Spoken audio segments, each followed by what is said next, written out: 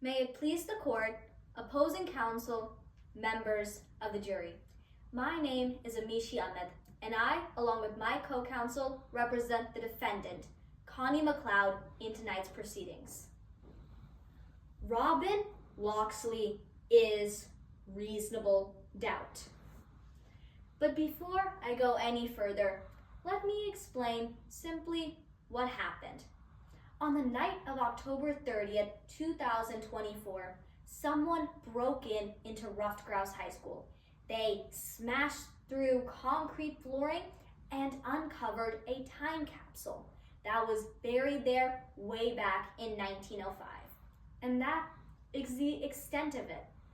Since there is no written record of what was ever placed in this time capsule, no one knows what, if anything, was taken from it during the break-in.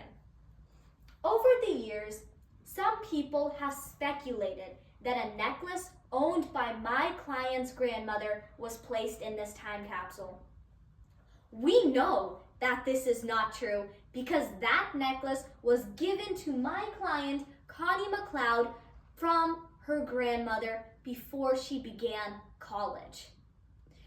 So basically, the prosecution is charging my client with stealing a necklace that, one, was never in the time capsule, and two, has always belonged to Connie.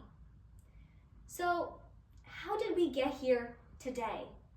Well, based off the suggestion of a person named Robin Locksley, the police searched my client's dorm room and found the necklace that my client's grandmother had given to her.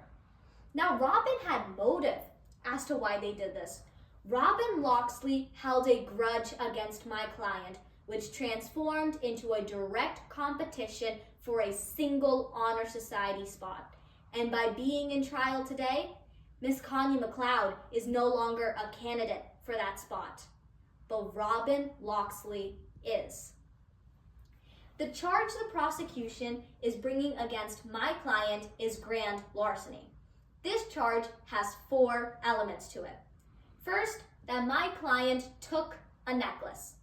Second, that the necklace was owned by someone else. Third, that the taking was unlawful. And fourth, that my client took the necklace with the intent to keep it from its owner. Now, the prosecution has the burden of proving all 4 of these elements beyond a reasonable doubt. Members of the jury, this is the highest burden in our legal system. Now, you just heard the prosecution. They just came up here and told you a story of this, that, and this as well. However, they will fail to meet their burden because we as the defense will give you reasonable doubt. In fact, we gave it a name, Robin Locksley.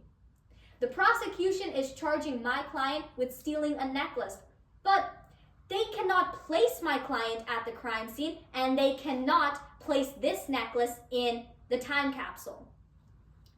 Throughout the course of today's trial, you will hear from 3 witnesses.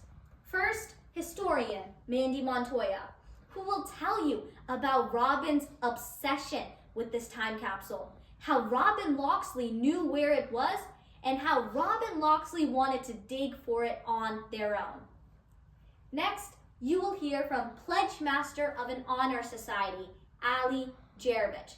They will testify under oath about Connie McLeod's whereabouts during the night in question, letting you know that they were nowhere near Ruffed Grouse High School that night. Lastly, you will hear from my client herself, Connie McLeod. She will tell you about Robin's extensive knowledge of this time capsule. She will also confirm that the necklace in question was a gift from her grandmother, nothing more. At the conclusion of today's trial, my co-counsel, Mark Barbrack, will stand before you today and review the evidence presented. He will then respectfully ask that you return a verdict in favor of the defense, finding Miss Connie McLeod not guilty of grand larceny. Thank you.